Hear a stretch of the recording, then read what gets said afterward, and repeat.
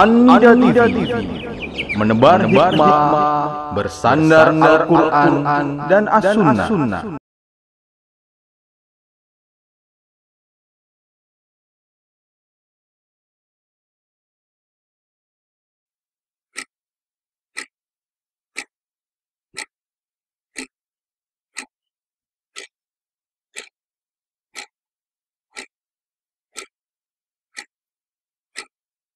Assalamualaikum warahmatullahi wabarakatuh. Alhamdulillah hamdan katsiran thayyiban mubarakan fi kama yuhibbu rabbuna wa yardah. Asyhadu an la ilaha illallah wahdahu la syarikalah wa asyhadu anna Muhammadan abduhu wa rasuluh. Wassalatu wassalamu ala Rasulillah wa ala alihi wa ashabihi wa man tabi'ahum bi ihsanin ila yaumiddin. Ya ayyuhalladzina amanu taqullaha haqqa tuqatih wa la tamutunna illa wa antum muslimun. I'lamu rahimakumullah fa inna khairal hadithi kitabullah wa khairal hadyi hadyu Muhammad sallallahu alaihi wasallam wa syarrul umuri muhdatsatuha wa kullu muhdatsatin bidah wa kullu bidatin dhalalah wa kullu dhalalatin finnar. Ma'asyiral muslimin, para jamaah, para penuntut ilmu yang dirahmati Allah Subhanahu wa taala. Pertama, marilah kita bersyukur kepada Allah Subhanahu wa taala yang senantiasa menganugerahkan kepada kita nikmat iman, nikmat Islam, nikmat sunnah, nikmat sehat, sehingga kita dapat berkumpul di majelis yang mulia ini. Dan tidak lupa juga rasa syukur saya sampaikan kepada para panitia, terutama khusus para DKM Masjid Al-Amin yang telah menjadikan wasilah berkumpulnya kita di majelis yang mulia ini, di masjid yang mulia ini. Demikian juga kepada seluruh ikhwan dan akhwat yang telah hadir di kesempatan sore yang berbahagia ini. Jamaah kaum muslimin yang dirahmati Allah Subhanahu wa taala, acara kita di sore yang berbahagia ini walaupun tidak direncanakan dengan perencanaan yang jauh, tetapi perencanaan yang spontanitasnya, di mana alhamdulillah pada bulan ini kita para asatid belajar menimpa ilmu dari para masyayikh. Dan dari bagian waktu ini, sebelum kepulangan saya ke tempat semula, itu Tasikmalaya, maka saya diminta untuk mengisi di beberapa tempat di Jawa Timur ini, dari Gresik, kemudian Sidoarjo, dan alhamdulillah di Surabaya ini. Dan kajian di sore yang berbahagia ini, judul yang kita akan bahas adalah berkaitan dengan rumusan penting atau gambaran umum bagaimana Islam menciptakan kedamaian, ketentraman, dengan membawa juga permasalahan yang hari ini ramai dibicarakan, baik di media atau mungkin di bentuk-bentuk seminar, yaitu polemik peristilahan Islam Nusantara. Kaum muslimin yang dirahmati Allah Subhanahu wa taala, dalam waktu yang sangat singkat kita akan bahas tentunya pembahasan berkaitan dengan polemik munculnya dari beberapa tokoh di Indonesia ini mengistilahkan Islam Nusantara Ada beberapa poin yang saya ingin untuk menjelaskannya. Poin yang pertama, sebagai mukadimah dalam pembahasan di kesempatan sore yang berbahagia ini, bahwa yang memunculkan istilah Islam Nusantara dan munculnya peristilahan ini sungguh sangat sulit sekali untuk mencari definisi yang diakui oleh seluruh pihak apa sih yang dimaksud dengan Islam Nusantara.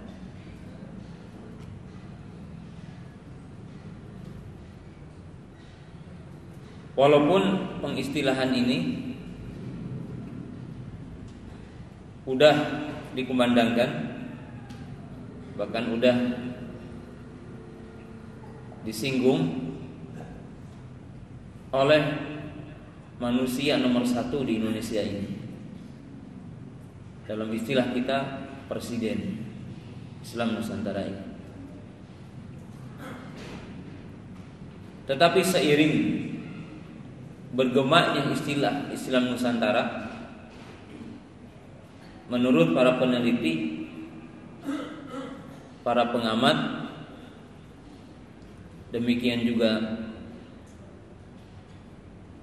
saya melihat sampai saat ini belum didapatkan definisi yang pasti dan apa yang dimaukan dengan istilah Islam Nusantara itu. Berbagai definisi dimunculkan oleh orang-orang, di mana di sini definisi Nusantara didefinisikan oleh beberapa pihak seperti golongan akademisi, seperti umpamanya para ahli,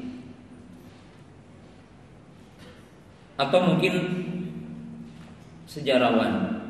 Jadi yang meninjau dari sisi sejarah apa sih Islam Nusantara itu.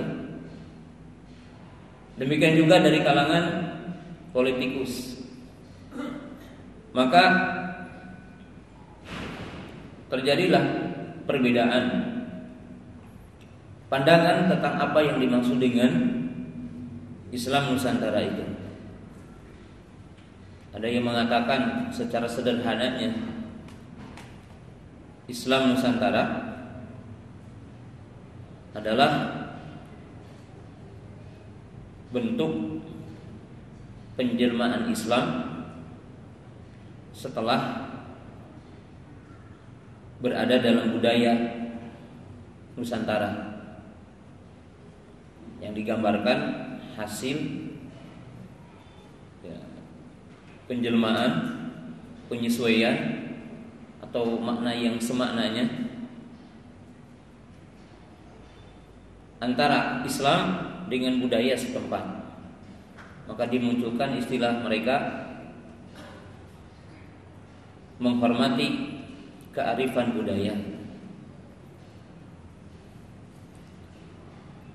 Ada orang yang mengatakan Islam Nusantara adalah bentuk-bentuk istihad ulama-ulama Indonesia dalam penelitian fikih Islam, yaitu hasil penelitian yang dinamakan An-Nadru wal Ijtihad ila Ahkam Syar'iyyah fi Adillati At-Tafsiliyah. Jadi yang dimaksudkan dengan Islam Nusantara adalah hasil penelitian para ulama Indonesia dalam masalah-masalah fikih yang mungkin berkaitan dengan pernikahan, membuat syarat ini gitu. Dalam jual beli ada syarat tertentu gitu.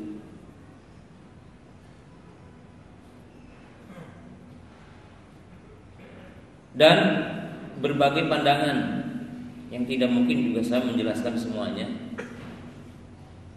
tapi itu menunjukkan belum jelasnya apa sih yang dimaksud dengan Islam Nusantara. Bahkan ada beberapa kiai yang menjadikan celotehan saja. Jadi sesuatu yang tidak perlu diributkan, ya anggap saja ini mah omongan yang kosong, tidak ada artinya. Seperti apa sih Islam Nusantara? Ya, seperti kita mengatakan air, katanya ada air gelas, gitu. Air susu dan sebagainya, nggak jelas, Pak. Bahkan ada yang sekedar mendefinisikan Islam Nusantara, ada yang mengkomentari bukan Islam Nusantara, mestinya Muslim Nusantara. Artinya adalah kalau diartikan Islam Nusantara berarti Islam yang ada dari Sabang sampai Merauke lah gambarannya gitu. Mestinya katanya bukan Islam tetapi Muslim. Semua tidak tergambarkan yang dimaksud definisi Islamnya, sebab Islam lain definisinya. Tetapi di lapangan kita dapatkan itu orang yang mendefinisikan Islam Nusantara itu memberikan contoh seperti udah terjadi yang dilakukan oleh sebagian penghusungnya istilah Islam Nusantara itu. Mereka memberikan contoh dalam bentuk nyata, yaitu bacaan Quran dengan suara dangdang gula gitu. Dan ini adalah Islam Nusantara gitu. Ya. Maka ini semakin tidak jelas gitu, kalau dinamakan Islam Nusantara. Sebab orang Jawa Barat tidak senang ketika dimunculkan Islam Nusantara dengan suara Jawa. Bahkan maaf ya, ini sekedar celotehan, itu bukan nyata. Dulu kalau saya kecil gitu, itu merasa aib kalau nikah sama orang Jawa gitu. Maaf ya, maaf, ini kan semua orang Jawa juga sama, nggak mau nikah sama orang Sunda ya gitu. Nah ini masalah kan gitu. Kalau dikatakan Islam Nusantara diberikan contoh baca Quran pakai dangdang gula, maka bukan Nusantara gitu. Sebab orang Jawa Barat nggak setuju gitu. Orang Jawa Barat kalau bikin baca Quran pakai Islam Nusantara ya pakai mungkin nyanyiannya es lilin mah cece gitu kan. Amma yatasaalun kan gitu. Nggak bisa pakai dangdang gula gitu. Jadi nggak bisa pakai dangdang gula gitu. Mestinya pakai ya kinanti gitu, orang Sunda. Jadi ini masalah gitu. Ya karena apa-apa yang tidak berdasarkan agama jadi tidak jelas gitu. Maka oleh sebab itu sangat sulit sekali kalau kita juga akan membantah mana sih Islam Nusantara itu. Apa sebab definitifnya belum jelas gitu. Mereka baru memunculkan sambil tidak jelas. Maka terjadilah polemik yang sangat besar dikarenakan belum jelas apa sih Islam Nusantara itu.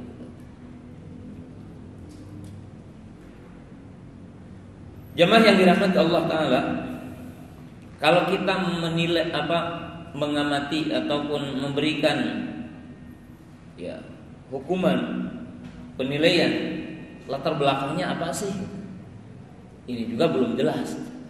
Kenapa sih dimunculkan Islam Nusantara?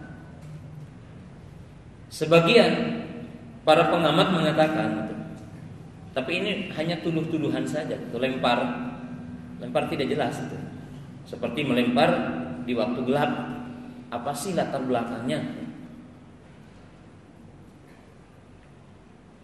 Kalau melihat munculnya pengistilahan Islam Nusantara, dan saya boleh mengatakan di sini seperti diungkapkan oleh Presiden kita Jokowi, maka gambarkan Islam Nusantara itu Islam yang lembut, Islam yang nyaman, Islam yang senantiasa membuat kondusif. Maka ini pun akan semakin membuat masalah gitu. Karena akan menganggap bahwa Islam yang di Timur Tengah itu Islam yang keras-keras gitu. Ini juga akan dibikin masalah gitu. Kalau kita bicara itu gitu. Kalau digambarkan bahwa latar belakang munculnya ini karena ingin memunculkan Islam yang tentram, Islam yang damai, Islam yang lembut, maka akan jadi masalah untuk dunia gitu. Kenapa? Ucapan ini akan memunculkan tuduhan pada orang lain. Bagaimana?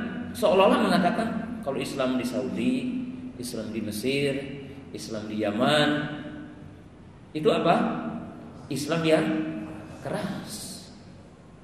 Padahal jamaah yang dirahmati Allah Ta'ala, dari sepanjang sejarah kedamaian di Timur Tengah, walaupun ada konflik, tetapi kalau kita jujur, di alam semesta ini tidak ada yang sedamai di Timur Tengah gitu. Tidak ada yang sedamai di Arab Saudi gitu. Walaupun ya konflik ada saja, manusia namanya juga.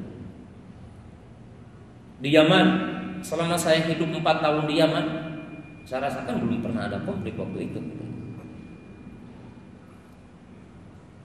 Nah, kalau dikatakan, digambarkan bahwa agama Islam Indonesia yang dimunculkan ke dunia, ternyata di Indonesia juga sering konflik gitu ya. Konflik geng motor, konflik di antara partai, konflik di antara organisasi. Jadi kalau ingin menggambarkan bahwa Islam Indonesia inilah Islam yang damai, orang lain juga akan protes. Ternyata apa? Ketika memilih ketua organisasi juga berantem gitu kan. Ini masalah juga gitu. Antara partai, oh ini kan sekian persen partai di Indonesia adalah Islam. Hanya berapa poin itu, berapa partai yang dikatakan partai non Islam. Maka ini pun satu ketidakjujuran gitu untuk memunculkan istilah ini. Orang lain akan protes gitu. Kalau dikatakan apa? Memunculkan Islam Nusantara itu mengatakan Islam yang damai, Islam yang tentram. Jadi ini ingin menjawab katanya dunia bahwa Islam yang damai itu adalah Islam Indonesia gitu. Nah, ternyata kalau kita katakan 250 juta penduduk Indonesia dan 90% adalah umat Islam, maka apa yang terjadi dalam dunia berita hari ini dari bentuk-bentuk apa? Kekerasan, bentuk-bentuk pertikaian. Nah, kita juga akan ditilai dunia gitu. Wah, ini juga tidak benar. Kalau ini apa? Latar belakangnya. Dan kalau dikatakan latar belakangnya adalah ini, maka kalaupun kita jujur bahwa itu adalah bukan dalam konten Islamnya gitu, tapi konten umat Islamnya gitu kan. Karena Islamnya damai gitu. Yang jadi masalah siapanya? Umatnya, orangnya gitu. Nah, ada orang peneliti mengatakan, dari mana ini muncul Islam Nusantara?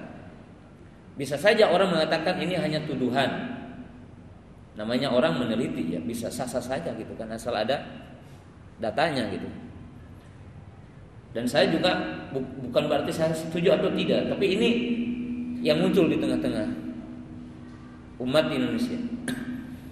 Ada yang mengatakan bahwa munculnya Islam Nusantara ini bentuk ya dari ketidakberhasilan kaum liberal,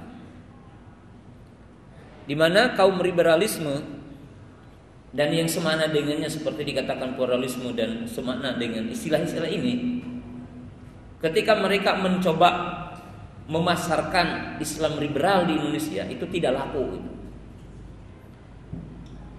Bahkan alhamdulillah nyaris mati gitu ya pengistilahan Islam liberal, munculnya Islam liberal. Maka mereka mencoba mengemas dengan kemasan yang lain, yang tujuannya jelas ya untuk menyesatkan kaum muslimin, untuk menjauhkan kaum muslimin dari agama ini. Karena tentunya kaum liberal ini adalah kepanjang tanganan dari orang-orang dan musuh-musuh Islam. Tapi ini pun sekedar penelitian, bukan perkataan saya. Tetapi ini hanya sekedar mengatakan itulah orang-orang berbicara. Jadi itulah orang-orang apa? Berbicara tentang apa itu Islam Nusantara, apa yang menjadi latar belakangnya, apa tujuannya, kemudian apa definisinya, yang jelas belum jelas.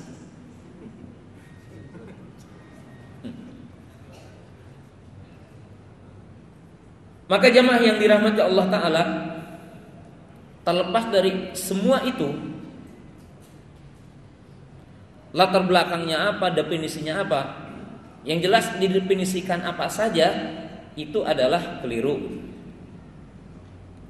Yang jelas latar belakangnya apa itu juga keliru. Nah, jamaah yang dirahmati Allah Ta'ala, tetapi ada kalimat yang sederhana yang mungkin ada orang yang tertarik dengan istilah Islam Nusantara, yaitu pingin damai, pingin aman. Dan memang semua manusia menginginkan aman, damai, sentosa. Bukan hanya orang mukmin, orang kafir pun ingin damai, ingin sentosa. Dan kalau kita lihat di dalam ayat Al-Quran pun, memang kedamaian itu sesuatu yang diinginkan oleh setiap orang, baik miskin ataupun kaya. Maka Allah Ta'ala mengkisahkan dalam surah Al-Baqarah dan surah Ibrahim, ketika Nabi Ibrahim berdoa kepada Allah, meminta karunia dari Allah, maka beliau mendahulukan meminta kedamaian sebelum rizki. Kenapa? Sebab memang kenyataan seperti itu. Walaupun para bapak, para ibu punya harta yang banyak, kalau tidak kondusif, tidak nikmat. Tetapi kalau kondusif, nyaman, stabil politik, stabil ekonomi, walaupun miskin masih nyaman. Maka Allah mengkisahkan doa Nabi Ibrahim bagaimana? Wa idz qala Ibrahimu Rabbi ij'al hadza baladan amina warzuq ahlahu minas samarati man amana minhum billahi wal yawmil akhir. Maka Nabi Ibrahim berdoa meminta kedamaian, ketentraman sebelum meminta diturunkan buah-buahan, meminta diturunkan rezeki. Dan dalam surah Ibrahim ayat 35-nya, adapun surat Al-Baqarah tadi ayat 120 sekian, Allah berfirman, wa idz qala Ibrahimu Rabbi ij'al hadza baladan aminah wajnubni wa bani an na'budal asnam. Nah, dalam ayat ini pun Nabi Ibrahim berdoa kepada Allah, meminta kedamaian, ketentraman sebelum minta rezeki. Dan dalam ayat yang ketiga Allah berfirman, wa daraballahu masalan qaryatan kanat aminah ya'tiha rizquha ragadan min kulli makanin fakafarat bi an'umillah fa'adaqaha Allahu libasal ju'i wal khawfi bima kanu yasna'un. Lihat dalam ayat ini juga Allah mengumpamakan suatu daerah yang aman, damai, sentosa.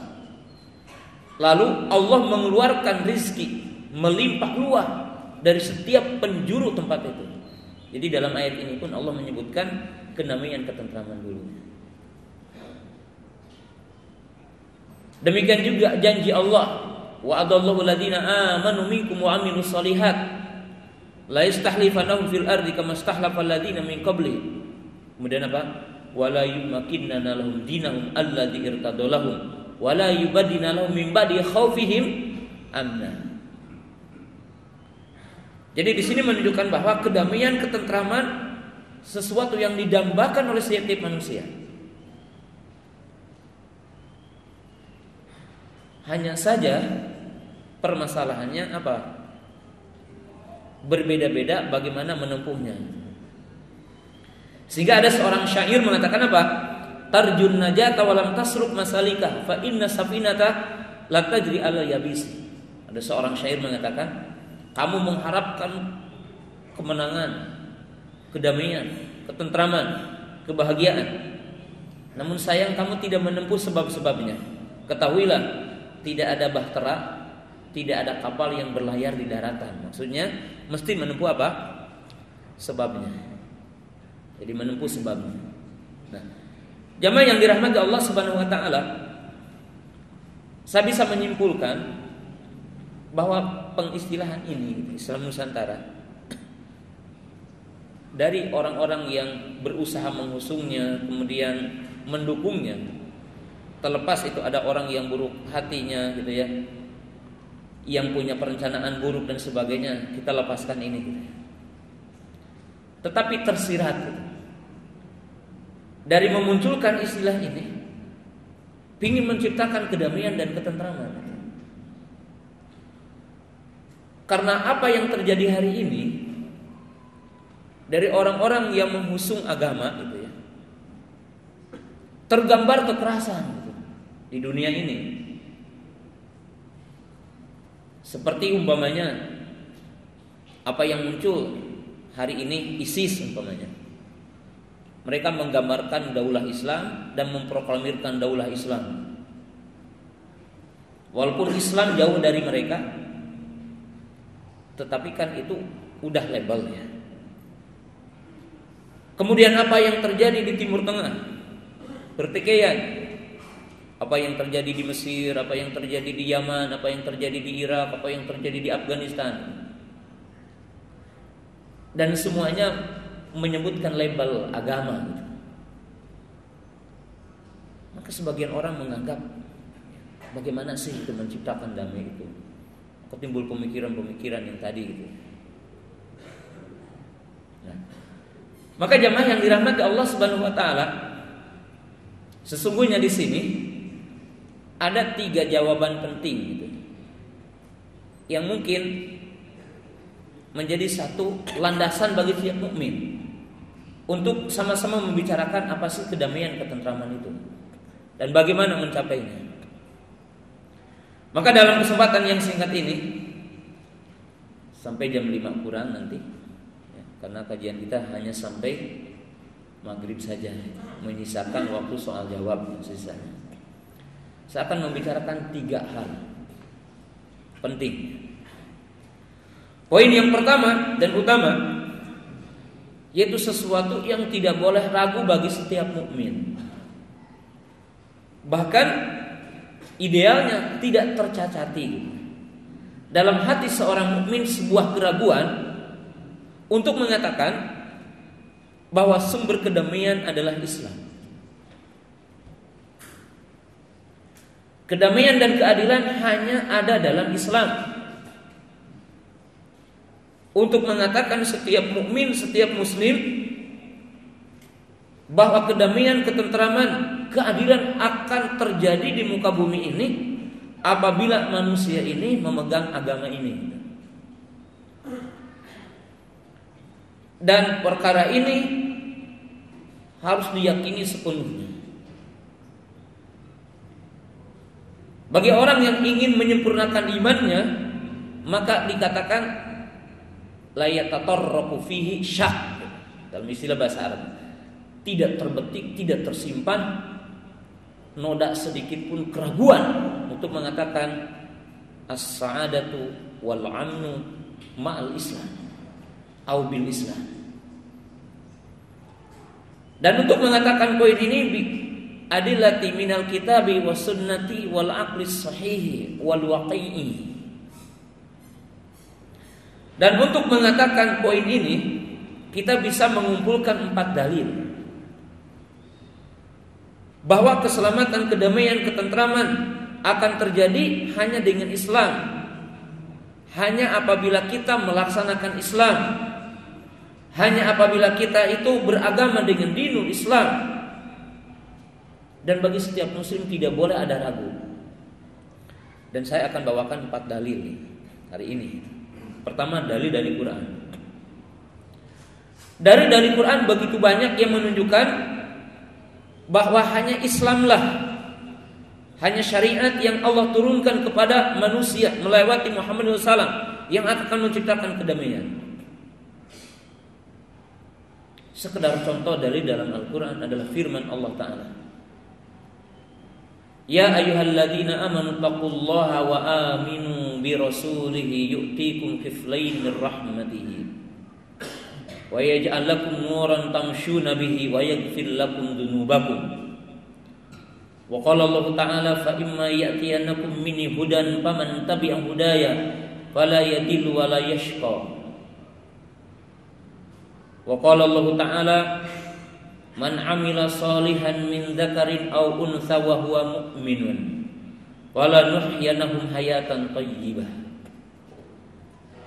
Ya, sekedar contoh dalam ayat-ayat ini, karena ayatnya adalah banyak sekali, cukup dengan ayat ini. Allah berfirman dalam ayat yang pertama, wahai orang-orang yang beriman, bertakwalah kamu kepada Allah dan berimanlah kepada Rasul-Nya. Yang dimaksud beriman kepada Rasul-Nya, menerima agama Islam dan menjadikan Islam sebagai landasan hidup dan mengamalkan apa yang dibawa oleh Nabi SAW. Maka Allah berjanji 3 perkara. Yang pertama, Allah akan menganugerahkan kepada kita semua rahmah dan 2 bagian dari rahmat. Para ulama mengatakan yang dimaksud kiflaini min rahmatihi, 2 bagian dari rahmat. Yang pertama adalah nikmat dunia. Jadi Allah Ta'ala berjanji akan memberikan rahmat dunia, dimudahkannya rizki, dikeluarkannya buah-buahan dan sebagainya. Sedangkan yang kedua adalah rahmat dalam arti hidayah, taufik kepada iman dan Islam, berada dalam petunjuk. Adapun 2 poin berikutnya berkaitan dengan petunjuk yang jelas. Ayat yang kedua Allah berfirman, barang siapa yang mengikuti petunjukku maka akan dijamin 2 perkara. Tidak akan sesat dan tidak akan ditimpakan azab. Abdullah bin Abbas mengomentari ayat ini. Laqafallahu man qara'a al-Qur'ana wa amila bima fihi alla yalida fid dunya wa la yashqa fil akhirah. Allah menjamin kepada setiap orang yang membaca Al-Quran dan mengamalkan isinya untuk tidak sesat dan tidak akan ditimpakan azab kepadanya. Allah berfirman dalam ayat yang lain tadi, barang siapa yang beramal soleh dan dia beriman kepada Allah dari kelompok laki-laki ataupun perempuan, maka kami akan memberikan kehidupan yang baik. Hayatan thayyibah, para ulama pun menafsirkan 2. Hayatan thayyibah ay ala aqidatun sahihah. Yang pertama, di mana kita akan berada di atas akidah yang sahih, di atas petunjuk yang lurus. Dan yang kedua, hayatun thayyibah, yaitu yang dinamakan al-amnu, keamanan, kedamaian, ketentraman, melimpah luah rizki dan sebagainya. Ini adalah janji dari Allah Ta'ala. Yang kedua dari sunnah kita lihatnya. Jamaah yang dirahmati Allah Ta'ala, lihat di dalam hadis ini. Qala Rasulullah khamsu hisalin fa inni a'udzu billahi bihinna an tudrikuhunna. 5 perkara kata Nabi SAW yang aku berlindung kepada Allah agar tidak dilakukan oleh kalian. Sebab apabila ada dalam kalian 5 perkara ini, maka akan terjadi kerusakan dan menjadi sumber kerusakan. Jadi kapan orang itu bergeser dari agama Islam maka akan rusak. Dan Nabi SAW menyebutkan 5 contoh. Qala lam tadharil fahishatu biqaumin qattun hatta yu'linu ila fasha fihim at-ta'un wal aujam alladhi lam takun madat fi qaumil ladzi madau. Tidaklah satu kelompok manusia, satu generasi manusia, mereka berzina, melakukan perzinahan dan melegalitas perzinahan. Nah, seperti sekarang ada lokalisasi dan sebagainya, dirubah nama ya.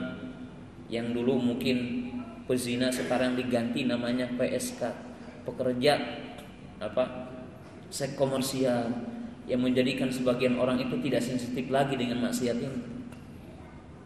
Kecuali Allah Ta'ala akan menimpakan penyakit taun, penyakit kulit, bahkan penyakit yang tidak pernah terjadi kepada kaum sebelumnya seperti AIDS hari ini. Jadi jamaah yang dirahmati Allah Ta'ala menunjukkan di sini, kalau yang dihusung adalah pernikahan, kalau yang dilakukan oleh manusia itu adalah pernikahan dengan akad yang benar, dengan kaidah yang benar, maka akan terjadi kemakmuran.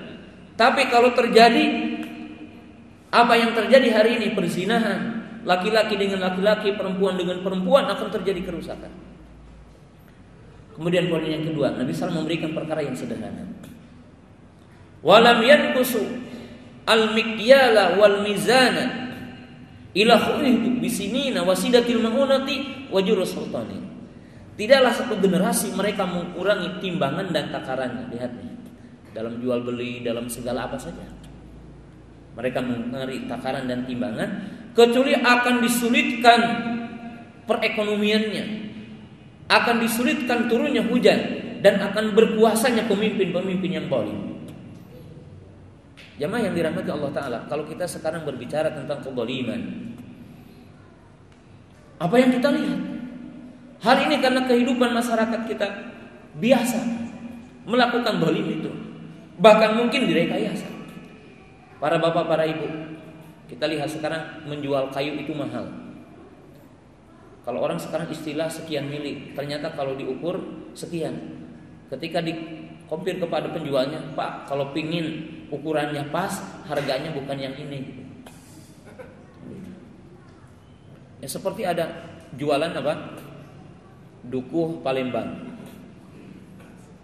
Kalau di supermarket harganya 12.000, di sini 4.000. Orang-orang pada beli. Ternyata ketika ditimbang berapa? Kurang dari 1 kilo, bahkan jauh.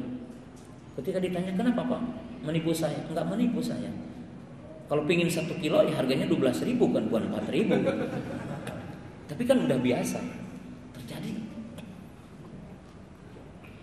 Kemudian yang ketiga, Nabi SAW mengatakan, walam yamna'u zakata amwalim illa muni'ul qatar laulal bahaimu lam yuntaru. Tidaklah satu kaum menahan zakat-zakat mereka kecuali Allah akan menahan turunnya hujan. Seandainya tidak ada binatang-binatang melata, tidak ada semu-semu, tidak ada binatang melata, Allah tidak menurunkan hujan. Terjadinya kesenjangan ekonomi hari ini karena orang-orang kaya tidak menunaikan zakat. Terjadilah pencurian, terjadilah pembunuhan. Mungkin banyaknya pengemis dan sebagainya. Kenapa? Karena tidak berjalan apa yang dinamakan dengan zakat itu. Tidak stabil ekonomi ini. Kemudian yang keempat, Nabi SAW mengatakan, walam yankudu ahdallahi wa rasulihi illa salatallahu alaihim aduan min ghairi aidihim fa akhadhu ma fi aidihim. Tidaklah umat Islam ini melanggar batasan-batasan Allah dan Rasulnya kecuali Allah akan menguasakan musuh-musuh kepada mereka, lalu mengambil harta yang ada di mereka. Jadi jamaah yang dirahmati Allah Subhanahu wa taala, kalau para bapak, para ibu bertanya-tanya kenapa Freeport jadi milik orang, kenapa ini jadi milik orang, sebenarnya bagi umat Islam tahu ini dosa kita. Allah menghukum kita. Dan yang kelima, Nabi SAW mengatakan, wa malam tahkum a'immatuhum bi kitabillah ila ja'ala bainahum ba's.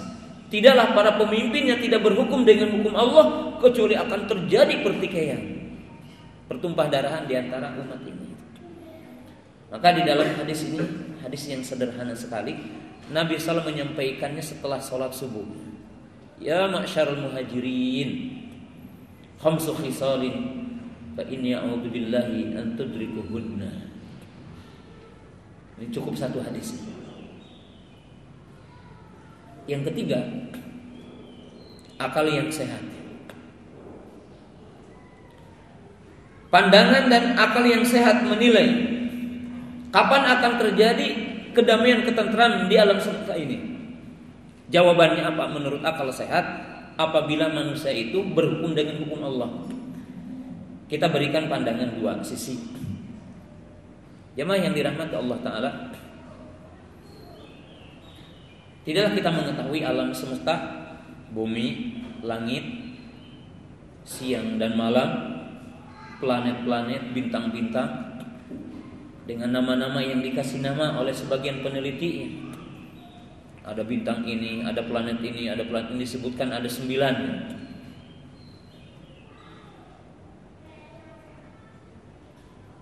Lalu Allah berfirman, walahu aslama man fis samawati wa man fil ardh.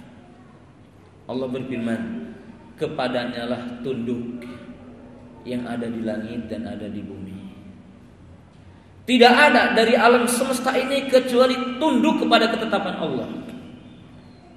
Kalimat yang singkat kita mengatakan, kenapa kita merasa damai sekarang dengan kita berada di alam semesta ini? Sebab matahari tidak pernah maksiat kepada Allah. Sebab bulan tidak pernah maksiat kepada Allah. Malam tidak pernah maksiat kepada Allah. Siang tidak pernah maksiat kepada Allah. Seandainya matahari maksiat kepada Allah, dia tidak berputar di tempatnya. dengan apa yang Allah inginkan, maka akan terjadi kerusakan alam semesta ini. Maka setiap mukmin mengatakan, kalau alam semesta ini yang tidak ditaklid dalam arti taat secara syariah, terjadi kedamaian, ketentraman karena mereka taat kepada Allah Ta'ala. Bahkan Allah telah mentakdirkan kepada binatang-binatang itu kemampuan secara kauni untuk menciptakan kedamaian, ketentraman. Mari antum untuk meneliti, mungkin pernah belajar biologi dan semisalnya. Kita lihat, kenapa burung yang kecil bikin sarang yang besar? Karena dia ingin menyelamatkan dirinya dari binatang-binatang yang besar, dari burung besar. Tapi kita lihat, burung-burung besar membuat sarang ketika akan bertelur betinanya dan punya anak, bagaimana? Cukup bikin sekumpulan kayu-kayu kecil atau rumput-rumput. Kenapa? Karena dia binatang besar, tidak mungkin diganggu oleh burung kecil. Lihat, Allah telah mentakdirkan untuk menciptakan apa? Kedamaian. Lihatlah ubur-ubur atau apa? Itu apa? Cumi-cumi. Bagaimana menyelamatkan dirinya? Dia menyemburkan apanya? Ada itu yang hitamnya itu. Untuk apa? Untuk menghilangkan jejak yang mengejarnya. Subhanallah. Setiap perkara. Bahkan Allah Ta'ala mentakdirkan kepada seekor kambing, ketika dia melahirkan anaknya, bagaimana? Dia menjilatinya. Karena tidak ada bidan, maka beda ya. Jerjeg kita orang Sunda itu. Kambing itu, sakti horor itu juga bisa jalan. Kenapa? Karena berbeda. Kalau manusia ada proses dan sebagainya, ada bidannya, ada mungkin nanti apa jurus sesarnya dan sebagainya. Tapi binatang tidak ada. Nah, bagi orang yang punya akal sehat, maka akan mengatakan, kalau kita diciptakan Allah, kan ini dialog juga. Kalau kita diciptakan Allah Ta'ala, dan Allah menghamparkan alam semesta ini, menghamparkan bumi ini, menjadikan gunung-gunung sebagai pasaknya, langit sebagai atapnya, agar kita memakmurkan dunia ini. Dengan peraturan siapakah dunia ini akan aman? Maka akal yang sehat mengatakan Allah yang Maha Tahu, yang menciptakan kita semua, yang menciptakan makhluk ini. Maka kalau ingin damai, ikutilah peraturan sang penciptanya, itu Allah. Kan ini akal yang sehat. Kemudian dalil yang keempat, al-waqi, kenyataan, bukti sejarah. Di mana bukti sejarah mengatakan bahwa Allah Ta'ala memberikan kemenangan, kedamaian, ketentraman kepada para nabi dan para pengikutnya. Dan Allah Ta'ala mengadab manusia dari orang-orang yang berkuasa, yang memiliki kekuasaan, dari orang yang memiliki harta, dari orang yang memiliki pasukan. Allah Ta'ala binasakan mereka. Cukup bagi para jamaah membaca Quran. Qul siru fil ardi fanduru kaifa kana aqibatul mukadzibin. Hendaklah kalian berjalan di muka bumi ini, silakan antum tadabur, baca sejarah bagaimana orang-orang yang mendustakan Allah dibinasakan oleh Allah. Allah mengisahkan dalam surah Al-Ankabut, fakullan akhadna bidanbi. Semuanya kelompok-kelompok yang durhaka kepada Allah kami adab dengan sebab apa? Dengan sebab dosa mereka. Walaqad arsalna Nuhan ila qaumihi falabisa fihim alfu sanatin ila khamsina ana fa akhadhamu tufanu wa hum dhalimun. Allah berfirman, sungguh kami telah mengutus Nuh kepada kaumnya. Lalu Nuh berdakwah 1000 tahun kurang 50 tahun, 10 abad kurang 50 tahun. Maka Allah Ta'ala menimpakan kepada kaum Nuh banjir. Dengan sebab apa? Wahum dhalimun. Hal itu disebabkan mereka apa? Zalim. Maka 4 perkara ini menjadi dalil bagi kita, bagi seorang mukmin tidak akan ragu untuk menciptakan kedamaian dan ketentraman adalah din. Nah, kemudian poin yang kedua, setelah kita tahu ini, dan tentunya dalilnya adalah banyak, tapi ini adalah sekedar kita memberikan gambaran. Poin yang kedua, jamaah yang dirahmati Allah Subhanahu wa taala, saya akan menggambarkan pada jawaban yang kedua, setiap orang menginginkan kedamaian dan ketentraman. Lalu rumusannya seperti apa? Kaidah-kaidah yang untuk menciptakan kedamaian dan ketentraman ini bagaimana gitu. Jamaah yang dirahmati Allah taala, Islam adalah agama yang sempurna, agama yang universal, agama yang sempurna. Maka Islam memberikan kaidah-kaidah yang cukup, landasan-landasan yang jelas bagaimana menciptakan kedamaian, ketentraman ini. Landasan yang pertama dan utama, dan ini dibuktikan juga dalam bentuk sejarah, bahwa Islam mengaitkan manusia dengan penciptanya, menghubungkan manusia dengan penciptanya. Jadi untuk menciptakan kedamaian dan ketentraman ini, Islam menghubungkan manusia dengan penciptanya, yaitu Allah Subhanahu wa taala. Sejarah membuktikan sebuah kisah yang sangat menakjubkan. Ya, walaupun mungkin kita jarang membaca sejarah ini, tapi sesungguhnya sejarah ini sangat menentukan untuk pemahaman kita. Sejarah membuktikan satu kisah yang sangat agung, bahwa Rasulullah SAW mengutus Rib'i Ibnu Amir ke pembesar Rum, mengajak masuk Islam. Yang kita tahu Romawi waktu itu agama mereka adalah Ahlul Kitab dan umumnya adalah Nasrani.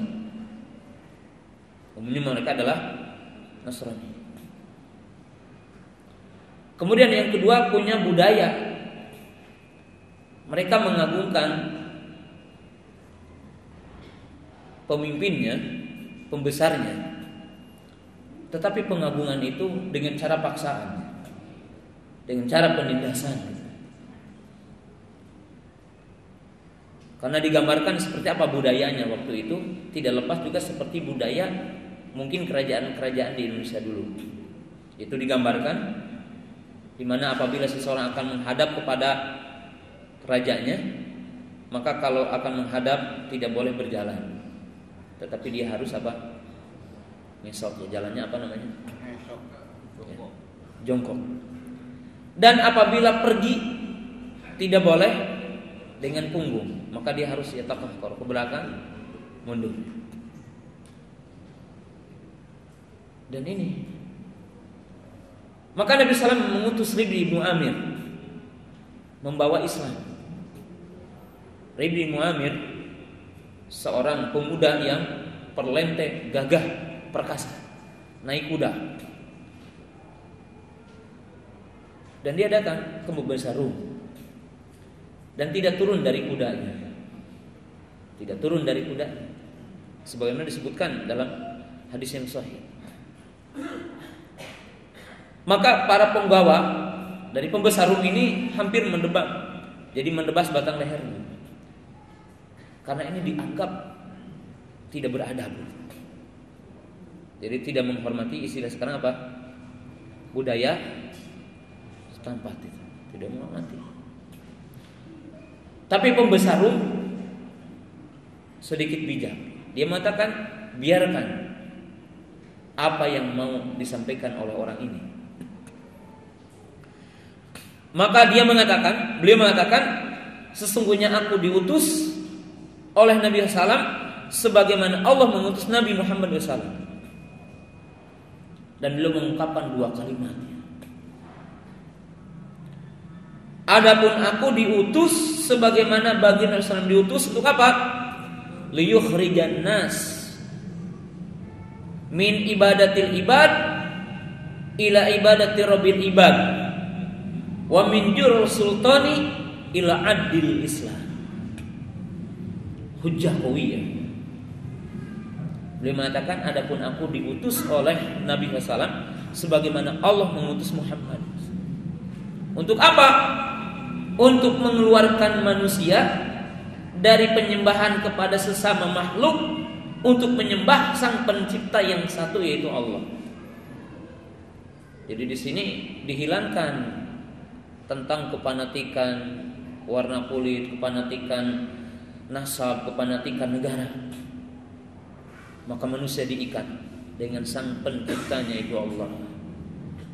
Tidak ada yang sombong, tidak ada yang kembali, karena manusia di bawah Allah semuanya. Yang kedua, beliau mengatakan apa? Dari kedoliman para penguasa menuju keadilan Islam. Jadi Ibnu Amir mengatakan, dan orangnya cerdik. Kalau ingin terjadi kedamaian ketentraman, maka asasnya Islam.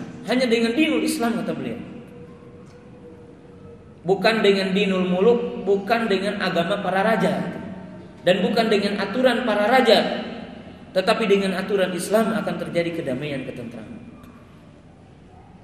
Demikianlah Ibnu Amir. Yang kedua, Nabi SAW mengutus Mu'ad kemana? Ke negeri Yaman. Ya Mu'ad, innaka satati qauman ahla kitabin, falyakun awwala ma tad'um ilaihim syahadatu an la ilaha illallah. Nabi SAW mengatakan, wahai Mu'ad, kamu akan mendatangi ahlul kitab. Siapa mereka? Orang-orang Yaman ahlul kitab. Dinun Nasara wa dinul Yahud. Iman Nasara ataupun Yahudi. Maka Nabi SAW mengatakan kepada Mu'ad, maka jadikanlah poin yang pertama, engkau serukan kepada mereka untuk mengatakan la ma'budu bihaqqin illallah, la ilaha illallah, tidak ada yang berhak disembah kecuali Allah. Jadi tauhid pengikatnya. Karena manakala manusia itu menghadap kepada Allah dan merasakan sebagai hambanya Allah, maka ini adalah awal dari kedamaian. Maka dengan itu Allah berfirman, alladzina amanu wa lam yalbisu imanahum bidzulmin ulaika lahumul amnu wa hum muhtadun. Wahai orang, sesungguhnya orang-orang yang beriman dan tidak mencampurkan keimanannya dengan kesyirikan, maka bagi mereka kedamaian, ketentraman. Dan kita kaum muslimin secara pasti meyakini merdekanya Indonesia adalah dengan tauhid. Jadi kalau tidak ada 10 November ini oleh ahlu tauhid, untuk orang Surabaya dikenal dengan 10 November. Siapa mereka? Itu ulama. Itu semuanya dalam kaum muslimin yang mengkisahkan itu semuanya. Maka tidak mungkin umat Islam itu anti NKRI. Tidak mungkin ahli sunnah itu akan anti negara ini dan tidak cinta dengan negara ini. Sebab umat Islam itu, nenek moyang kita telah mengalirkan darah mereka untuk memerdekakan negara ini. Dan untuk menyatukan dari Sabang sampai Merauke adalah dengan darah kaum muslimin dan bapak-bapak kita, nenek moyang kita. Maka tidak mungkin ahli sunnah anti NKRI. Karena kita mencintainya negara ini. Bahkan kita mencintai negara ini, kenapa? Mayoritasnya muslim. Kenapa kita mencintai negara ini? Karena kita juga meyakini aman, damai, sentosa. Kita mengumandangkan adzan, kita mengumandangkan ini Idul Fitri, tidak ada yang menentangnya. Kita damai. Dan ini kenikmatan yang harus kita syukuri. Nah, jemaah yang dirahmati Allah Ta'ala, itu adalah kaidah. Kaidah yang kedua, bagaimana Islam menciptakan kedamaian dan ketentraman. Maka Islam menggambarkan bahwa para ulama menjelaskan kita itu ada dua hubungan, silah ma'al Rabb wa silah ma'al ibad. Bahwa kita itu telah dijelaskan dalam Quran bahwa kesempurnaan iman seseorang dan kesempurnaan agama seseorang manakala dua hubungan ini benar. Hubungan dengan sang penciptanya itu Allah, dan hubungan dengan sesama makhluknya. Nah, maka saya ingin menjelaskan 4 surat dalam Quran yang menjelaskan kaidah-kaidah kedamaian. Nah, silakan antum lihat pertama surah Al-Mu'minun. Surah Al-Mu'minun surah berapa? Surah ke-23 ya. Antum lihat dalam ayat itu ya, sekedar untuk mengingatkan. Maka bagaimana ketika Allah Subhanahu wa taala mensifati orang-orang beriman? Maka di dalam ayat-ayat ini Allah Subhanahu wa taala menjelaskan sebagian sifat orang-orang bermukmin itu beribadah kepada Allah, menjaga salat, menjaga salat malam, menjaga zikir. Tapi dalam sisi lain Allah menjelaskan tentang sifat-sifat sesama dengan manusia. Ini sama, lihat aja nanti. Kedua, lihat oleh antum dalam surah Al-Furqan. Ketika Allah Subhanahu wa taala menyebutkan dalam ujung ayat tentang wa ibadur rahman. Ketika Allah Taala menjelaskan tentang siapa itu ibadur rahman,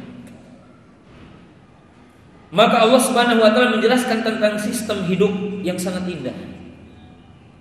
Selain menyebutkan sifat-sifat ibadur rahman adalah beribadah kepada Allah, kontinu ibadah kepada Allah, menjaga salat malam dan semisalnya, menjaga salat.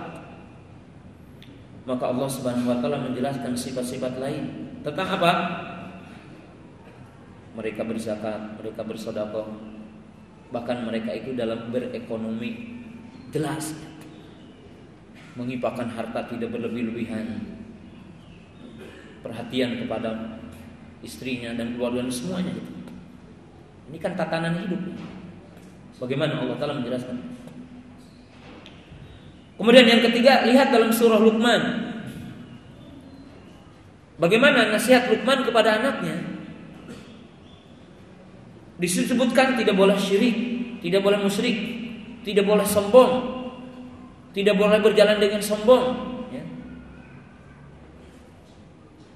Jelas, adab-adab ini semua. Bahkan ada surah yang dinamakan suratul adab, surah yang isinya adab. Surah apa? Siapa yang tahu dapat hadiah? Al-Hujurat. Ahsan. Surah Al-Hujurat. Bagaimana Allah Subhanahu wa taala menjelaskan dalam surah ini sampai adab dengan keluarga.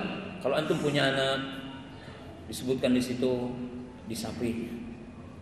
Kalau udah umur ini tidak boleh tidur bersama. Kalau akan masuk kamar orang tua minta izin. Allah Subhanahu wa taala telah menjelaskan tentang kaidah-kaidah umum. Setidaknya dalam empat tempat tadi, dalam 4 surat ini. Jadi sini menunjukkan jemaah yang dirahmati Allah Taala. Bagaimana menciptakan kedamaian, bagaimana menciptakan ketentraman, bagaimana supaya tidak terjadi kezaliman. Islam telah memberikan kaidah yang jelas. Kemudian definisinya juga jelas.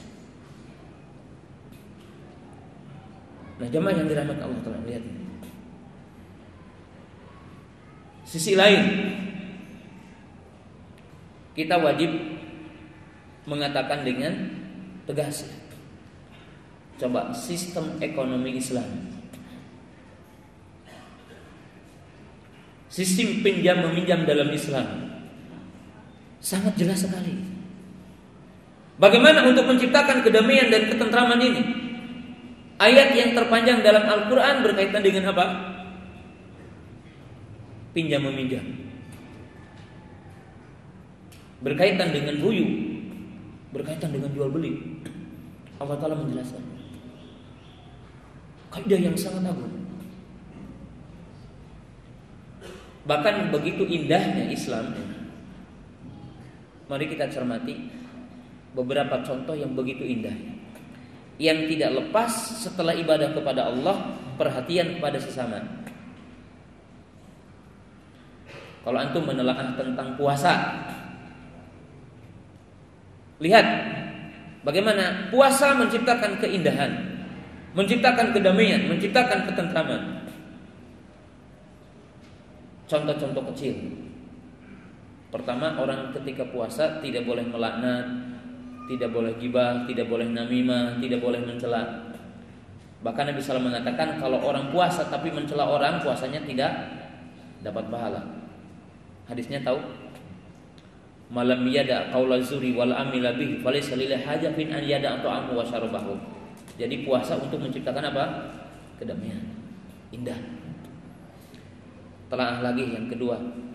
Nabi SAW mengatakan laisa siyamu minal imsak minal mufatir walakin as-sawmu al-imsaku minal ghadab. Salah satu makna hadis, puasa bukan sekedar menahan makan dan minum dan jima, tetapi puasa menahan emosi. Sehingga orang puasa ketika diajak debat ataupun caci mencaci, maka dia mengatakan kul inni shaimun, katakan aku sedang indah. Sisi lain, puasa itu berjamaah. Enggak boleh puasa. Ini satu kelompok puasa, yang satunya belum. As-saumu yauma tasumun wal fitru yauma yuftirun. Kesatuan. Bahkan begitu indahnya puasa diakhiri dengan apa? Dengan zakat fitrah. Lihat. Puasa diakhiri dengan zakat fitrah. Ketika terjadinya Idul Fitri, kebahagiaan, maka dianjurkan hari itu tidak ada seorang pun yang harus meminta-minta makan. Maka Nabi SAW mengatakan tentang zakat fitri apa? Tuhratan lisaim wa tu'matan lil masakin. Membersihkan jiwa orang yang saum dan memberi makan kepada fakir miskin. Indah sekali. Ada enggak satu peraturan yang seperti indahnya Islam? Saya tidak memberi motivasi untuk tidak bayar zakat. Enggak ya? Maaf, bukan tidak memberi motivasi untuk tidak bayar pajak, maaf. Tapi apa bedanya pajak dengan zakat? Dalam kenyataannya, maaf, pajak itu bukan dibayar oleh orang kaya dan bukan dibayar oleh pengusaha, maaf. Mari kita lihat. Orang punya warung nasi, dicantumun di situ apa? Antum yang makan bayar apa? Bayar pajak 10%. Antum naik pesawat, di situ jadi dicantumkan. Bahkan disebutkan makan di warteg juga ada pajak. Kenapa? Karena yang memiliki warteg tiap hari dianjurkan, walaupun mungkin sedikit hanya itu. Bahkan tukang pecel, tukang tukang di pasar ya, hanya jualan sayur-sayuran, daun singkong dan sebagainya, bayar pajak. Dan terpaksa perusahaan-perusahaan pun menaikkan harga disebabkan apa? Ada pajak gitu. Jadi yang bayar pajak siapa? Orang miskin. Kalau membayar zakat, orang kaya. Kenapa? Karena zakat dari nominal harta yang ada, bukan dari impian. Dikeluarkan. Ini kan jelas. Jadi Islam itu untuk menciptakan kedamaian, ketentraman, itu udah jelas. Bahkan mungkin ada kalimat-kalimat yang sederhana, ada poin-poin yang sederhana, yang apabila setiap manusia, para pemimpin kita, orang-orang awam kita, para ulama kita menelaah dengan seksama, Islam itu udah jelas sekali. Dari perkara-perkara yang terkecil, kita lihat dari qada hajat. Bagaimana qada hajat menciptakan kedamaian? Qala Nabi sallallahu alaihi wasallam, ittaqu al-anaini. Yani mada? Al-baras fi tariqin nas aw dillihim. Hindarilah dua perkara yang menyebabkan kamu akan dilaknat oleh banyak orang. Apa katanya? Qada hajat di bawah pohon tempat orang berteduh. Qada hajat di tempat jalannya orang. Jadi ada qada etik, qada hajat juga di Islam itu. Enggak boleh sembarangan. La yabulanna ahadukum bil hujr. janganlah salah seorang di antara kamu kencing di lubang, ya, lubang-lubang kecil. Ternyata bukan hanya manusia yang dijamin kedamaiannya. Mungkin di situ ada semut, ada kasir, ada jangkrik, terkencing oleh kita. Bahkan ada jin, karena jin itu menempati tempat-tempat lubang seperti itu. Maka mungkin saja orang kesurupan setelah kencing karena kencingnya sembarangan. Ya boleh. Subhanallah. La yabulanna ahadukum fil ma'id daim. Janganlah salah seorang di antara kamu kencing di air tergenang. Bahkan ada riwayat tidak boleh kencing di mata air. Ini ada sumber air, kita kencing di situ kalau hajat, yang di belakangnya terdolimi gitu. Nah, boleh. Jadi Islam itu udah jelas sekali. Ini perkara terkecil. Jadi menghilangkan pertikaian itu udah jelas sekali. Ini dalam apa? Dalam qada hajat saja. Nah, sekarang kita lihat dalam pernikahan. Islam dalam pernikahan menciptakan kedamaian dan ketentraman melerai setiap bentuk-bentuk pertikaian. Contoh kecil, khitbah. Mengkhitbah, bukan khutbah ya. Kalau khutbah menceramah. Kalau khitbah melamar. Kalau orang akan menikahi seorang wanita, dianjurkan apa? Pandulu ilaiha, lihat dulu wajahnya. Untuk apa? Mungkin antum yang di sini banyak pemuda, yang penting mah solehah lah saya mah. Ya, dijaminlah seminggu juga cerai. Kalau bilang semacam itu ya betul solehah. Tapi cocok enggak dengan hati? Membikin bergairah enggak kalau tidur malam gitu? Sebab salah satu tujuan untuk nikah untuk syahwat ya. Kalau sekarang ketika masuk kamar ternyata tidak membikin bangun, umpamanya maaf ya. Ini bahaya pernikahannya. Maka tidak sepele melihat wajah itu. Supaya apa? Supaya damai, tentram pernikahannya itu. Nikmat pernikahannya. Membikin gairah gitu. Jemaah yang dirahmati Allah Ta'ala, ini sudah contoh kecil gitu ya.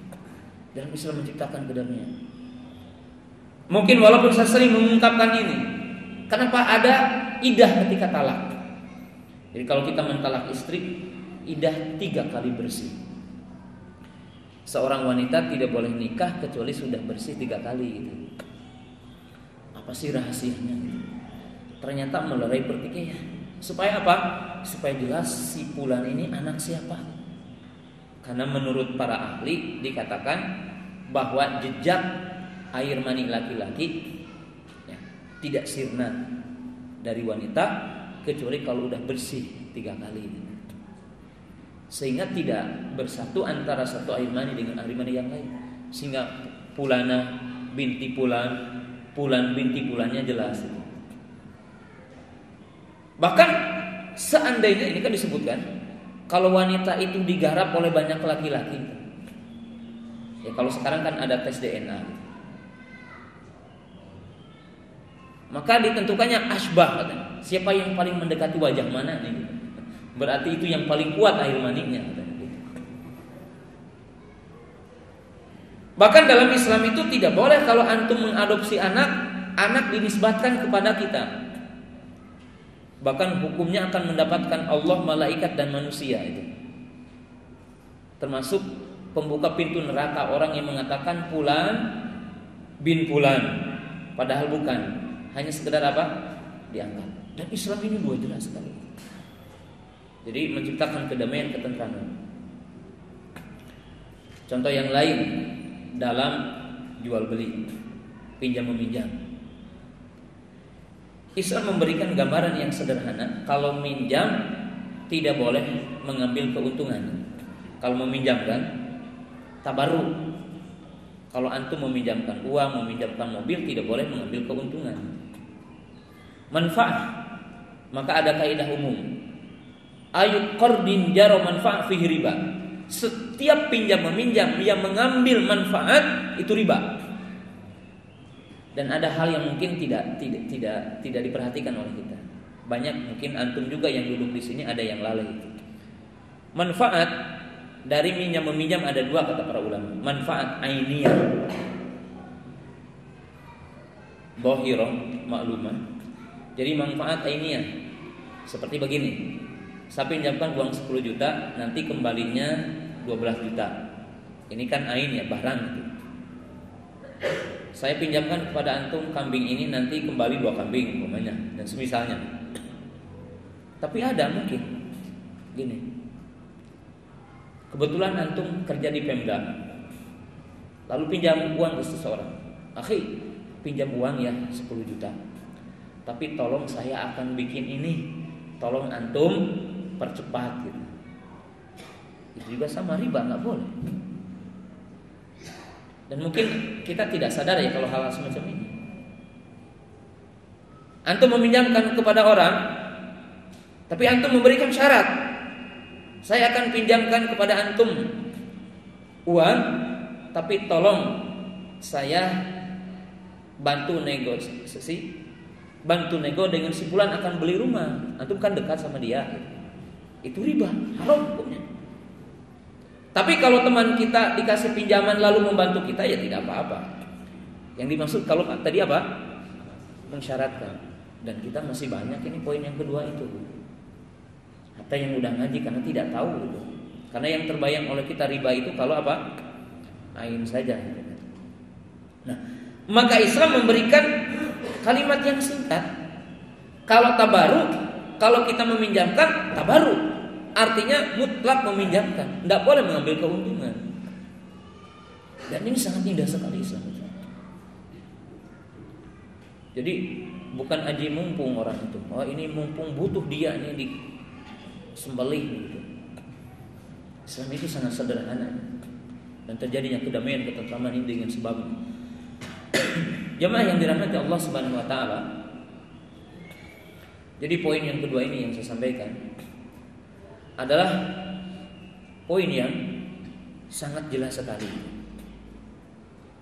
Poin yang sangat agung sekali bahwa Islam itu sesungguhnya telah memberikan kaidah-kaidah, dasar-dasar untuk menciptakan kedamaian itu. Maka dengan itulah para ulama menjelaskan tidak ada kedamaian dan tidak ada kedamaian kecuali bersama Islam. Poin yang terakhir, poin yang ketiga. Jamaah yang dirahmati Allah Subhanahu wa taala. Seperti saya tadi katakan, apapun alasannya mengistilahkan Islam Nusantara, maka itu sesuatu yang tidak mungkin dan bertentangan dengan hakikat Islam. Saya akan berikan gambaran dalam waktu 10 menit ini sebelum pertanyaan.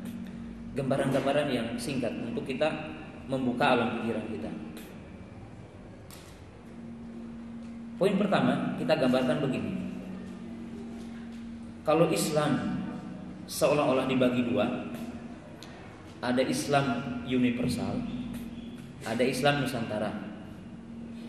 Islam universal adalah Islam yang dibawa oleh Nabi SAW, yang berada dalam Quran dan Sunnah. Terus yang kedua, ada Islam Nusantara.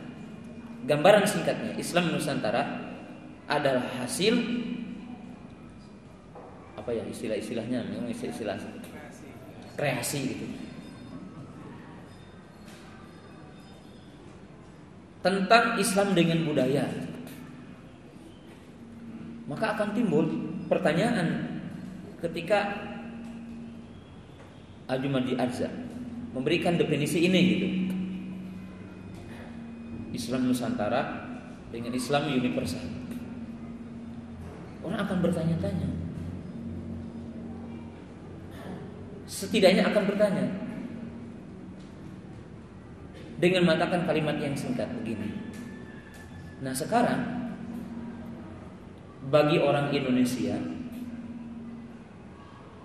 digambarkan dalam bentuk apakah Islam Nusantara itu? Apakah digambarkan dengan istilah Sunda? Apakah digambarkan dengan istilah apa? Padang, diistilahkan Jawa, diistilahkan Papua. Sebab akan kebingungan. Kalau sekarang ayat hijab dikreasikan dengan Papua yang pelosok, yang pakai OTK apa itu? Iya, yang pakai itu apa bahasanya saya nggak tahu gitu. Nah, gimana kreasinya gitu? Pakai baju yang Islami itu seperti apa? Ya. Jadi ini akan kebingungan. Oh, ini Islam itu. Akan kebingungan batasannya seperti apa? Kan bingung orang ini hari ini Islam itu jadi gimana gitu ya. Maka pengistilahannya itu udah bingung gitu orang untuk menggambarkannya. Bagaimana?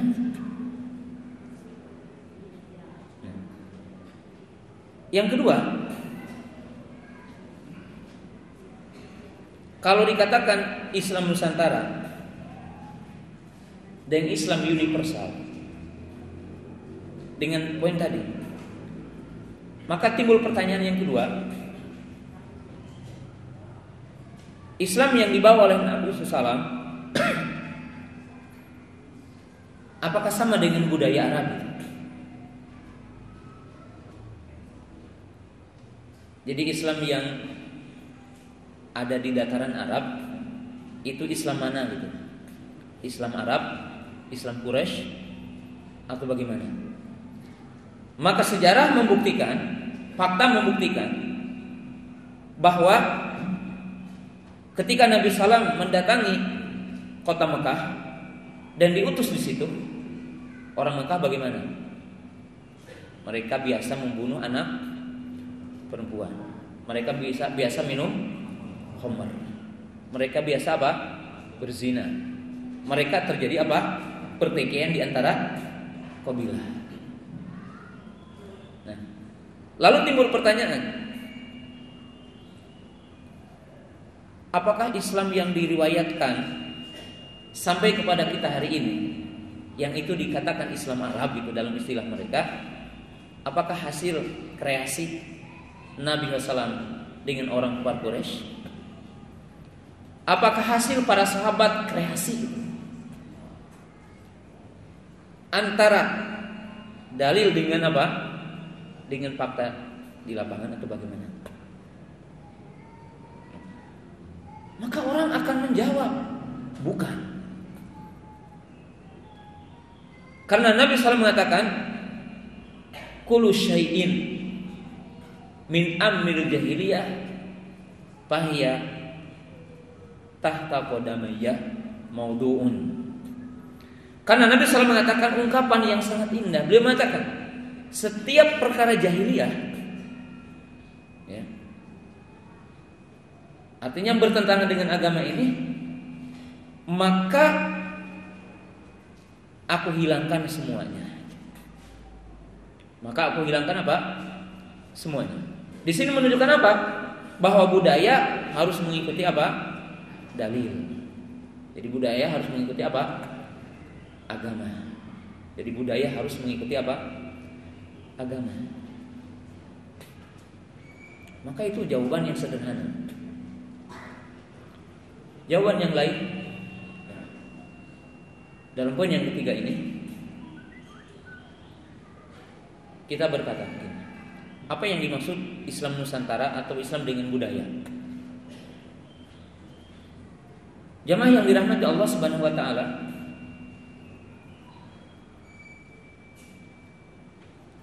Islam dan para sahabat yang mendakwahkan Islam tidak menjadikan budaya mereka menuntut untuk budaya yang lain. Walaupun terkadang terjadi pencampuran. Contoh, apakah orang-orang Gujarat yang berdakwah ke Indonesia dulu mewajibkan orang Indonesia pakai gamis seperti saya, memakai sorban seperti saya? Atau sejarah membuktikan seluruh umat Islam di Indonesia dengan berbagai suku tetap dalam budaya mereka itu. Orang Padang ya baju Padang gitu. Orang Sunda ya pakai ikat gitu ya. Orang Jawa pakai apa? belangkon. Tidak wajib pakai imamah gitu. Nah, berarti jamaah yang dirahmati Allah Ta'ala sebenarnya tidak usah dipermasalahkan. Kenapa? Karena seluruh umat Islam yang berdakwah tidak pernah memaksa budaya yang seperti itu dirubah gitu kan. Berarti arif gitu, nggak usah dipermasalahkan gitu. Bahkan mungkin dalam sebagian poin berdoa, ada perintah doa dalam Quran, dalam hadis, mengajarkan doa. Kita pun tahu berdoa dengan apa yang ada dalam redaksi sunnah dan Quran lebih afdal. Tetapi tentunya agama ini membolehkan berdoa dengan seluruh bahasa, kecuali tidak boleh dengan bahasa Betawi doa itu. Dengan seluruh bahasa boleh, asal jangan dengan bahasa Betawi. Sebab kalau bahasa Betawi itu kurang pas. Ya Allah, semoga lu ijabah gue. Kan tidak mungkin. Jadi tidak mungkin ini bahasa Betawi pakai doa gitu. Nah, jemaah yang dirahmati Allah Ta'ala, berarti yang arif. Kalau itu yang dimaksud. Kalau itu yang dimaksud. Dan tidak mungkin ada orang yang sejahat ini pemikirannya gitu. Kalau yang dimaksud Islam itu apa? Melebur dengan budaya. Tidak akan ada insya Allah yang sejahat pemahaman ini insya Allah gitu. Kalau di satu daerah yang namanya nikah itu perzinahan, kan di satu daerah udah lumrah, ya inilah nikah gitu. Kayak di Eropa mungkin ya. Lihat ya, mungkin dikisahkan pemain bola ini tiba-tiba punya anak, hasil dari apa? Hasil dari hanya pacaran. Ini dinisbatkan punya anak gitu kan. Insya Allah tidak ada sejahat orang yang memunculkan istilah Islam Nusantara, bahwa arifnya Islam dengan budaya yang ada akan melegalitas tadi gitu. Bahwa pernikahan ya, definisi pernikahan ya membolehkan apa? Nikah ala perzinahan gitu. Itu tidak ada gitu ya. Tidak ada. Maka jamaah yang dirahmati Allah Ta'ala, jadi kesimpulannya, kalau berbicara tentang ketakutan kekerasan, Islam itu tidak keras gitu. Yang kerasnya itu umat Islam yang tidak melaksanakan apa? Islamnya. Maka gampang, kembali aja pada Islam yang asli. Kalau yang dimaksud ditakutkan sekarang itu, bahwa tidak ada dengan budaya seolah-olah Islam orang Arab kan tidak pernah ada yang memaksa. Orang Arab makannya apa? Nasi kebuli, biryani, ya apalagi korma. Kan tidak memaksa orang Indonesia harus makannya korma. Walaupun dalam kenyataannya sadar ataupun tidak disadari, orang Indonesia itu juga melebur dengan orang Arab. Buktinya apa? Di Betawi sangat kental sekali nasi kebuli. Bahkan orang-orang Betawi setiap mengadakan acara sangat istimewa, mereka bikin nasi apa? Kebuli. Jadi ternyata orang yang bilang anti Arab itu dalam kenyataannya namanya juga Arab. Bahkan sangat aneh sekali ada nabi namanya Cecep gitu di Sukabumi. Aneh sekali itu ada namanya nabi. Setidaknya kalau nabi itu ngakunya namanya Ahmad Muhammad gitu ya. Ini ada nabi kok namanya Cecep gitu. Na'udzubillah min dzalik. Jamaah yang dirahmati Allah Subhanahu wa taala. Jadi mungkin ini apa? Sekedar dialog kecil ya. Bahwa sebetulnya apa ya yang ditakutkan oleh kita semua atau takutkan oleh pemerintah. Islam itu indah, cukup Islam. Enggak usah pakai iming-iming, pakai Nusantara. Sebab aslinya Islam itu telah apa? Telah indah. Nah, kemudian ya, kita berikan contoh. Ini hadiahnya nanti setelah pertanyaan. Nah, jamaah yang dirahmati Allah Subhanahu wa taala. Ya. Supaya lebih jelas ya, tentang apa yang dimunculkan tentang kekerasan ini. Kenapa muncul istilah yang tadi Islam Nusantara? Konon menurut apa yang sampai ke telinga saya dan sebagian apa yang dibaca di dunia maya itu, dikisahkan gitu, bahwa orang-orang Eropa, orang-orang Amerika dan orang-orang kafir itu sekarang sedang mencari jati diri Islam yang damai. Lalu dikisahkan katanya, ternyata Islam yang damai itu di Indonesia gitu. Itu sebagian kisahnya ya, yang sampai ke telinga saya, yang terbaca dari sebagian tulisannya.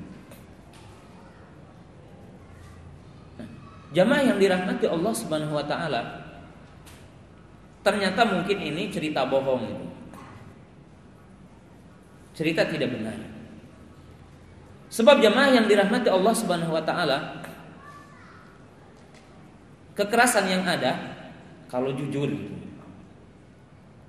dalam sepanjang sejarah itu dilakukan oleh dua kelompok manusia. Yang pertama dilakukan oleh orang-orang kafir. Saya tanya, yang menjajah Indonesia ada nggak yang negara Islam menjajah Indonesia? Semuanya apa? Negara kafir. Jepang, Belanda, Portugal, Portugis, semuanya negara kafir. Jadi semestinya jujur pemerintah kita juga, bahwa yang selama ini membuat onar adalah apa? Orang kafir. Sejarah yang kedua, antum kan harus tahu sejarah. Ketika Muhammad Al-Fatih mengalahkan Konstantinia, waktu itu di situ Nasrani, lalu tunduk, takluk, maka Muhammad Al-Fatih membiarkan orang-orang Nasrani berkumpul di sebuah gereja yang dinamakan Hagia Sophia. Barangkali yang pernah ke Turki tahu ya. Dan tidak ada yang dibunuh. Dan mereka masih dipersilakan beragama dengan agama Nasrani dengan membayar jizyah. Mereka mendamaikan kedamaian, perangnya diberikan. Tetapi sejarah membuktikan ketika Raja Ferdinand dengan Ratu Elizabeth mengalahkan belahan Spanyol, Cordova dan semisalnya, maka apa? Begitu jahatnya dia, tidak membiarkan ada manusia Muslim di sana dibunuh. Dan tidak ada agama kecuali agama Katolik sampai hari ini. Bukankah ini menunjukkan antara pemimpin Muslim dengan pemimpin kafir adalah berbeda? Ya, saya berbicara sejarah kan, ini tidak ada yang bisa membantahnya kan, ini sejarah.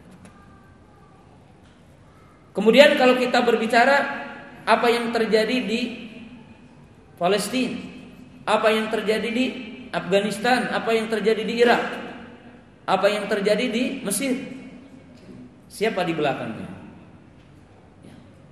Sejarah juga akan membuktikan. Yang kedua, jamaah yang dirahmati Allah Subhanahu wa taala, kekerasan ini muncul dari gerakan yang menyimpang yang menisbat kepada Islam. Sebagaimana kekerasan ini muncul dari orang-orang Khawarij dan orang-orang Rafidhah, dan sejarah membuktikan. Dan bukan ajaran Islam dan bukan dari orang-orang Islam yang komitmen kepada Islamnya. Sa'ama, setuju ataupun tidak setuju. Sejarah membuktikan bahwa kekerasan, keboliman, pertikaian tidak muncul dari orang yang komitmen kepada Islam. Maka dengan itu Syekh Muhammad Shalih Utsaimin berkata, hari ini tidak boleh menilai Islam dengan pemeluknya. Kenapa? Karena pemeluknya udah begitu jauh meninggalkan Islam. Tilailah Islam itu dengan zat Islamnya. Dan orang-orang yang pertama mengamalkan Islam ini. Dan sekadar untuk antum jadi argumentasi kepada siapa saja yang menuduh dakwah salafiyah, dakwah ahlussunnah, dakwah yang keras, maka kita lihat Imam Ahmad rahimahullahu taala, ketika beliau di penjara, diderak, dipukul oleh pemimpin yang zalim pada waktu itu, maka beliau didatangi oleh sejumlah kaum muslimin. Mereka siap untuk berkudeta, siap untuk melengsarkan pemimpin yang ada waktu itu. Dan Imam Ahmad di penjara. Kalau saya, kalau antum, kalau kita mungkin hari ini kesempatan gitu, untuk memberontak agar saya selamat. Tapi apa yang dikatakan oleh Imam Ahmad rahimahullahu taala? Beliau mengatakan alaikum bi athari man salaf. Hendaklah kalian mengikuti jejak salafus saleh, yaitu apa? Sabar kepada pemimpin yang zalim. Untuk tidak mengkudeta, untuk tidak memberontak. Lalu beliau menyampaikan sebuah makna, janganlah kamu menjadi pembantu syaitan. Apa sih maknanya membantu syaitan? Maknanya, antum tahu apa hukumnya membunuh sesama muslim? Dosa besar. Kalau sekarang berontak kepada pemimpin yang dianggap zalim oleh kita, mesti yang akan menjadi pasukan pemimpin kita adalah orang muslim juga. Ketika terjadi fitnah, maka kalau terjadi pertikaian, peperangan, kita akan membunuh siapa? Muslim. Maka seolah-olah kita membantu pemimpin kita membunuh saudara kita. La takunauna li syaitan, janganlah kamu menjadi pendukung apa? Syaitan. Maka sabar kan gitu. Dan ini harus sunnah. Bahkan sekarang ketika dibicarakan apa? Dibicarakan tentang undang-undang menghina presiden. Ribut, nyaris tidak ada yang setuju. Tapi sesungguhnya ahli sunnah bukan berarti mendukung pemimpin yang zalim, tapi ahli sunnah telah menetapkan kaidah yang ditetapkan oleh Nabi SAW. Di mana Nabi SAW mengatakan, pemimpin kalian adalah penjaga Allah di muka bumi ini. Barang siapa yang memuliakannya, maka Allah akan memuliakan kaum itu. Barang siapa yang menghinakannya, maka akan dihinakan. Jadi umat Islam, ahli sunnah tidak mungkin mencaci presidennya. Walaupun kita banyak tidak setuju dalam satu hal umpamanya, tapi kita tidak diperintahkan di mimbar disebutkan kejelekannya, dicaci, baik fisiknya atau apanya saja. Sebab satu kaum yang tidak menghormati pemimpinnya akan hina, gitu kan. Jadi ahli sunnah itu udah jelas, walaupun yang lain tidak jelas. Ya, ahli sunnah itu jelas, kaidah-kaidah jelas. Yang lain kan tidak jelas. Sekarang orang berbicara tentang batasan, apakah termasuk versi atau tidak. Oh ini katanya pembelaan saja, gitu, presiden pingin. Kalau ahli sunnah udah jelas. Gitu. Wallahu ta'ala alam. Barangkali itulah yang saya bisa sampaikan. Ya kesimpulannya bahwa kalau pingin damai tentram, ya Islam cukup. Tidak perlu diembel-embel dengan istilah yang lain karena ya tidak jelasnya apa yang dimaksud oleh mereka juga apa yang dimaksud dengan Islam Nusantara. Wassalamualaikum warahmatullahi wabarakatuh.